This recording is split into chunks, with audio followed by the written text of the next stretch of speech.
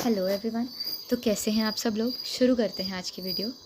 Light reaction takes place in chloroplast, grana, lamellae और stroma. तो light reaction जो है हमारे पास वो ग्राना में होती है। तो ग्राना क्या है, सबसे पहले हम क्लोरोप्लास्ट की स्ट्रक्चर देख लेंगे। तो क्लोरोप्लास्ट हमारे पास क्या है, डबल लेयर्ड स्ट्रक्चर है।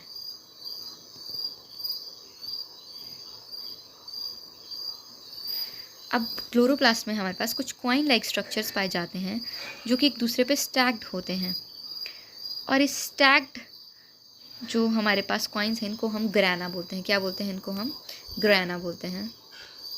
अब ये जो हमारे पास जो कॉइन होगा, जैसे हमने बहुत सारे, मैंने यहाँ पे 4 कॉइन्स बनाए हैं, अगर एक कॉइन है उसको हम थाइलाकॉइड बोलेंगे। अब ये जो हमारे पास ग्राना है ये एक दूसरे से इंटरकनेक्टेड हो सकते हैं, किसके थ्रू? इसको हम बोलेंगे स्ट्रोमा लैमेले के थ्रू। क्या है ये? स्ट्रोमा लैमेले। मैं शॉर्ट फॉर्म में ही लिख रही हूँ। और ये जो हमारे पास ब्लैंक स्पेस है वाइट कलर का, इट इज़ स्ट्रोमा। ये क्या है? स्ट्रोमा है। स्ट्रोमा है। तो यहाँ पे क्या होता है, लाइट रिएक्शन जो है हमारी वो ग्राना में हो रही है, ग्राना में हो रही है, और जो हमारी डार्क रिएक्शन है वो होती है स्ट्रोमा में। तो photosynthesis mainly consist of 2 reaction, that is light reaction and dark reaction.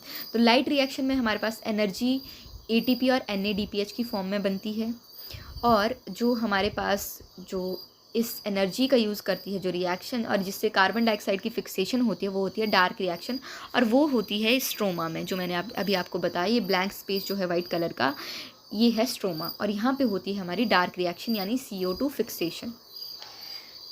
अब हम आगे बढ़ते हैं क्वेश्चन नंबर 2 की तरफ। Structural component of chlorophyll among the following is magnesium, zinc, manganese और आयरन। तो स्ट्रक्चरल कंपोनेंट है क्लोरोफिल का magnesium, option number A is correct.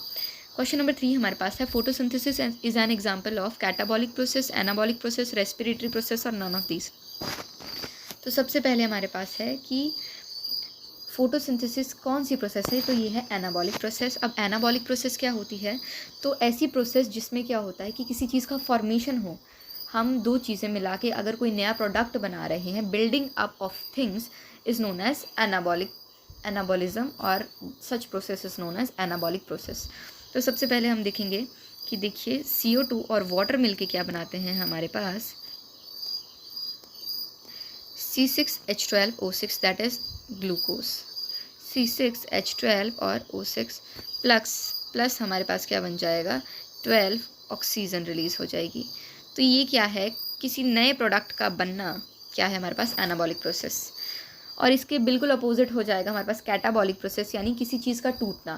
कैटा से आप याद रख सकते हैं कटना, यानी कोई चीज़ जो है वो डिवाइड होके कट करके जो है वो और जो है वो नए प्रोडक्ट बना रही है।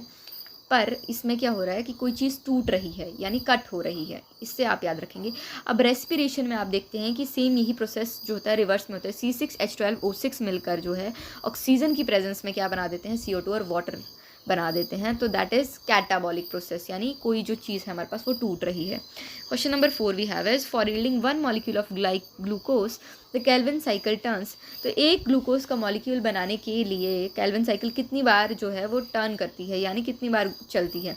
तो केल्विन साइकिल जो है वो 6 टाइम्स जो है वो टर्न करती है एक ग्लूकोज का मॉलिक्यूल बनाने के लिए। Option number C is correct.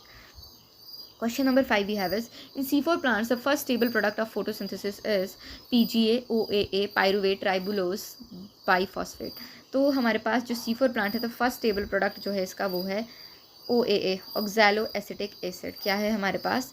Oxalo acetic acid.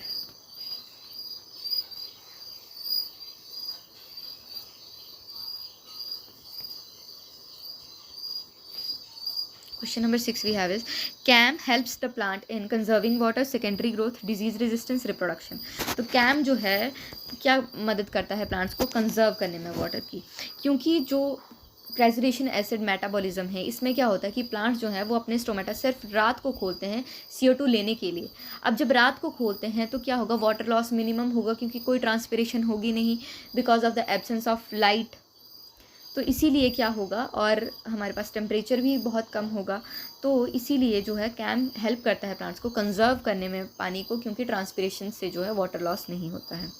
Question number 7 we have is, photosynthesis in C4 plant malic acid synthesis during CO2 fixation occur इन।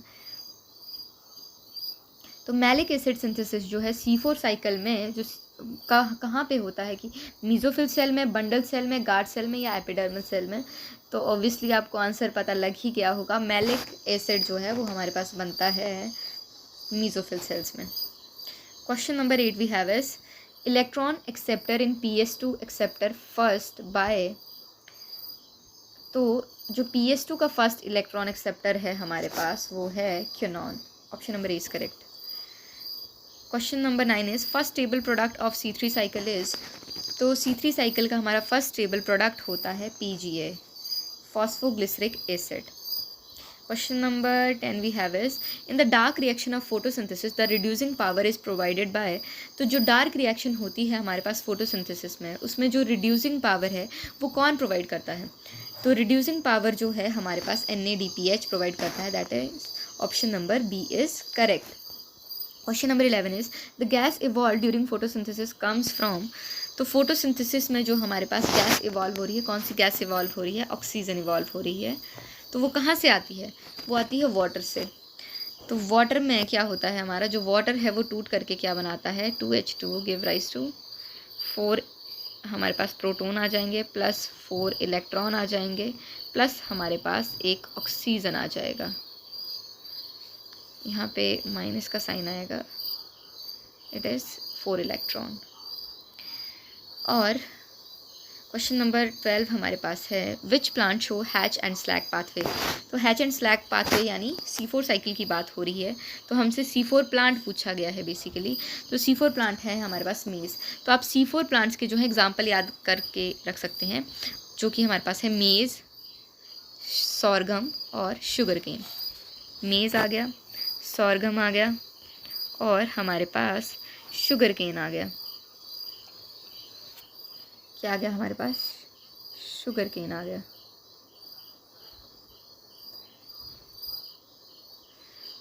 ये 3 एग्जाम्पल हैं, आप इसे SMS से याद कर सकते हैं, sugar cane, maize, sorghum. Question number 13 we have is in Karan's anatomy the bundle sheath cells have thick walls, no intercellular space and large number of chloroplasts, thin walls, many intercellular space and few chloroplasts, thin walls, many intercellular spaces and few chloroplasts, and thin walls, many intercellular spaces and no chloroplast. तो यहाँ पे जो है वो 2 option same ही हो गए हैं, but let me tell you the correct one which is thick wall and no intercellular spaces and large number of chloroplast. तो जो हमारी बंडल शीट सेल हैं वो क्या होती हैं? वेस्कुलर बंडल्स को सराउंड करती हैं, और उनमें क्या होता है? बहुत थिक वॉल्स होती हैं और नो इंटरसेलुलर स्पेसेस होते हैं, मतलब उनमें कोई इंटरसेलुलर स्पेस नहीं होगा, और लार्ज नंबर ऑफ क्लोरोप्लास्ट होते हैं। और हमारे पास बंडल शीट सेल से एक और क्वेश्चन भी बनता है कि ये जो होते हैं इम्परवियस होते हैं गैसियस एक्सचेंज के लिए, यानी यहाँ पे जो है वो गैसियस एक्सचेंज की कोई संभावना नहीं है, इम्परवियस टू गैसियस एक्सचेंज। सो ये भी कई बार आपसे पूछा जा सकता है कि जो बंडल शीट सेल हैं वो इम्परवियस हैं या फिर उनमें गैसियस एक्सचेंज हो सकता है। तो हमें पता होना चाहिए कि these bundle sheath cells are impervious to gaseous exchange, gaseous exchange.